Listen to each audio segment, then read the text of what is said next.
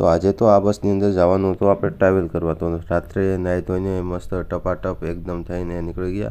Finally બસની અંદર બેસી ગયા અને બસની અંદર તમે લાઇટ તો જો લપચપાચક થાય. તો અડધી રાતે ચાનો બ્રેક પડ્યો તો ચા પીવા માટે થઈને રસ્તામાં અમે રોકાઈ ગયા. ને સવાર પડતા જ અમે પહોંચી ગયા રાણીમાં અને રૂડીમાના મંદિરે. તો અહીંયા દર્શન કરીને એક સાચો ગુજરાતી તો એને જ કહેવાય, નવરાત્રી પાસે આવી રહી છે આ બાય જો.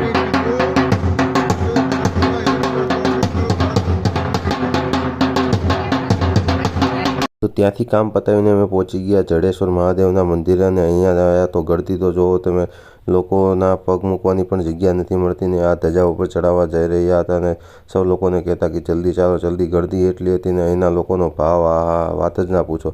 પછી ત્યાંથી ચાલીને અમે પહોંચી ગયા હળમતિયા મંદિરે અને મારા મિત્રો સાથે હું પણ ચાલવા લાગ્યો માથા ઉપર સફેદ રૂમાલ બાંધીને.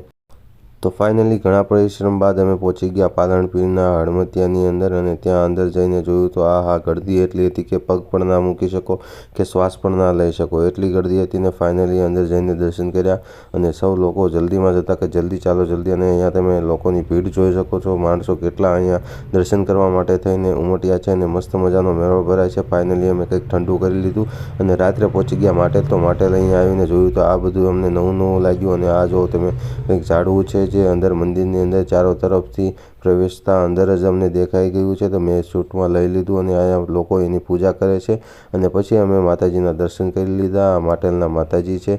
અને ફાઇનલ જો તમને અમારો બ્લોગ સારો લાગ્યો લાઇક શેર સબસ્ક્રાઈબ કરવાનું ભૂલતા નહીં. અને રાત્રે અમે અલગના હોટલે જમવા માટે પહોંચી ગયા. અને અહીંયા જોયું તો 24 કલાક ફ્રીમાં સેવા આપતા લોકોનો ભાવ જોઈને અમે તો આનંદ થઈ ગયા. ફાઇનલી ખાઈ પીને અમે રાતે નીકળી ગયા. તો લાઇક શેર સબસ્ક્રાઈબ કરવાનું